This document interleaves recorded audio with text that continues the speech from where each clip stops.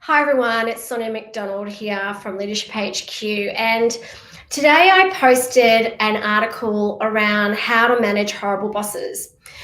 Now, this is definitely a skill, and I call it leading up or managing up because we've all dealt with and worked with horrible bosses, and with many of us coming back into the office, coming back and actually being in an office face to face 24, not 24/7, 9 to 5, with, a leader or a manager or a boss that sometimes you find rather challenging is definitely something that you can learn. And believe you me, I've had my fair share in my career of horrible bosses. And, we coach and teach this space around how to be the best version of yourself, because you can learn just as much from a bad manager as you can from a great manager.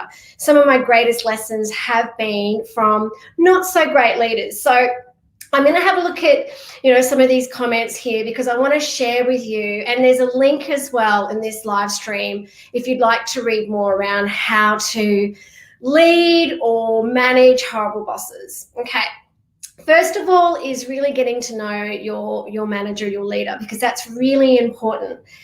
Getting to understand their styles, their different preferences, how they like to communicate. There's some great assessments that you can do like Myers-Briggs or DISC.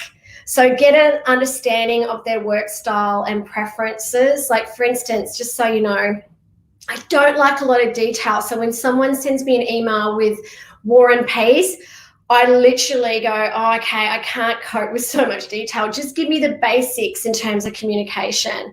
I like receiving stuff in emails, but I'm a bit of a talker, so I really like to talk things through. So that's how I really like to communicate. So again, everyone's got different preferences and different styles. So get to know their styles.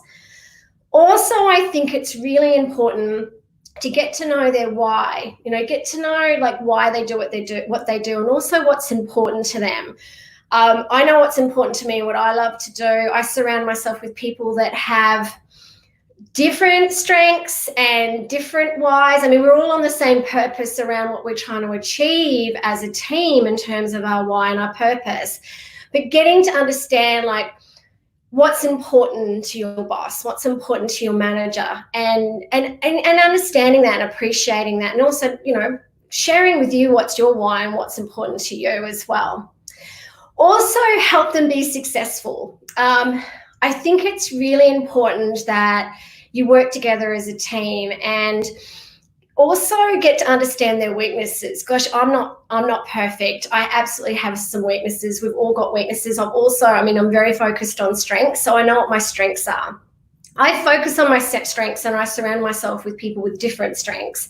However, definitely not perfect. And by understanding your bosses, kind of helping them be successful, but also what are their weaknesses and what strengths do you have that you can actually help them with their weaknesses.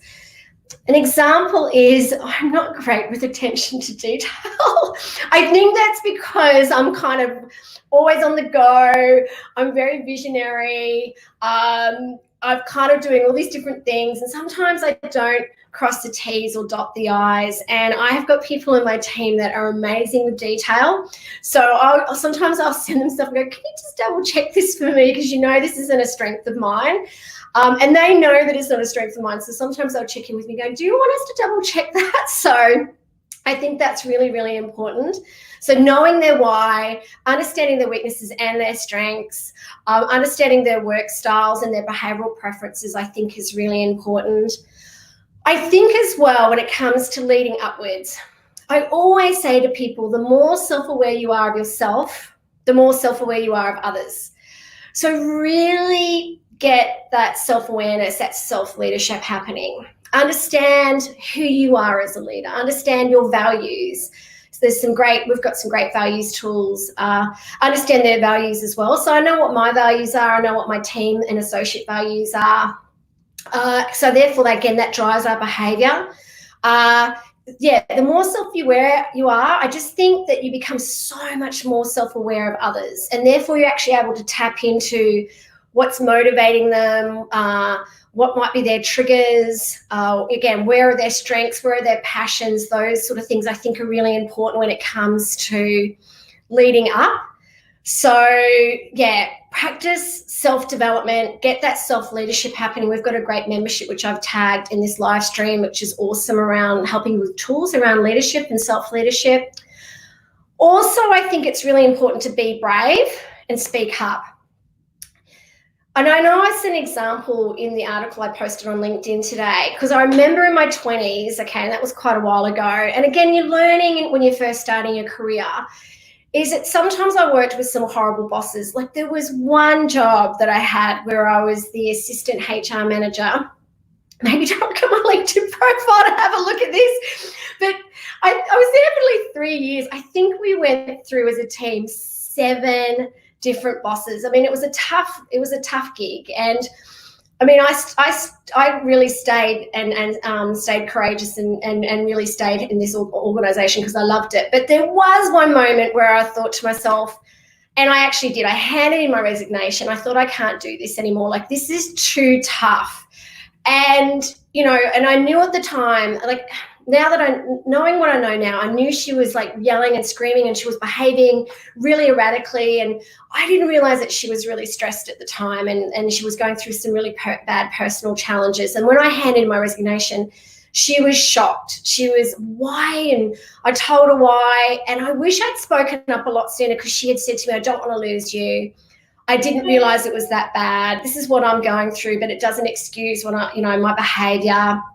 And I wish I'd spoken up and been brave and gone, hey, I've noticed that this is happening and this is how it's impacting me. It's impacting the team. What's going on for you? How can we help you? But again, I was in my early 20s. I just started my career. I wish and I'm much better. I'm much better now today around being brave and speaking up.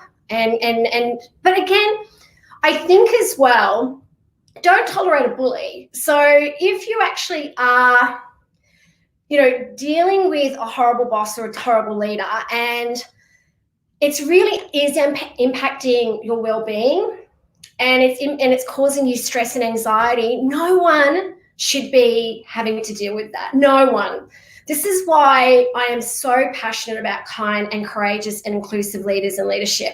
This is why we're out there doing the work that we are doing, because we want to create a world of kind and courageous leaders. You can still be kind and strong and as a leader, and you don't have to pull people down. You don't have to bully them. I understand when you move into a leadership role, if you're leading people, that's a tough gig, but you can do it with kindness. You can still have integrity, and you can still be a caring, empathetic, and compassionate leader. So if you're dealing with someone, a boss or a manager that's being a downright bully, don't tolerate it.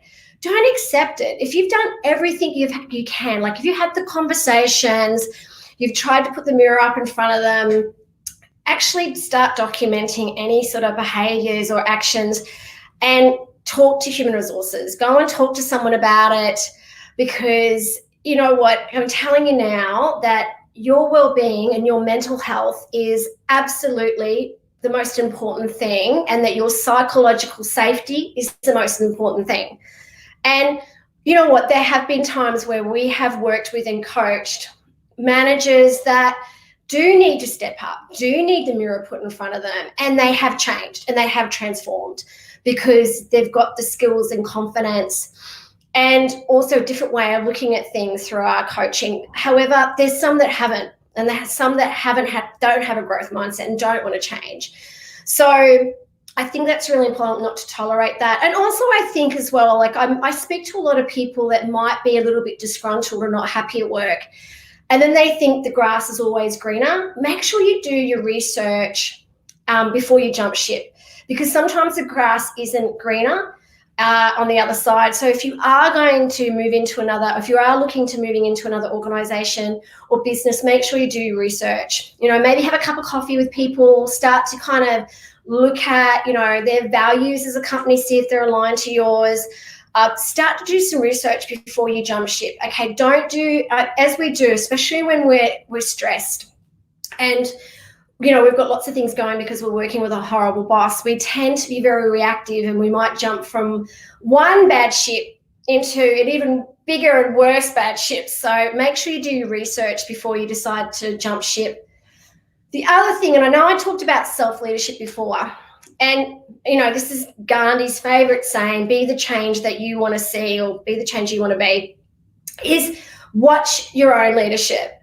So watch your own personal brand, because if you're working with a horrible boss and using all these really, really great techniques, be the best version of you.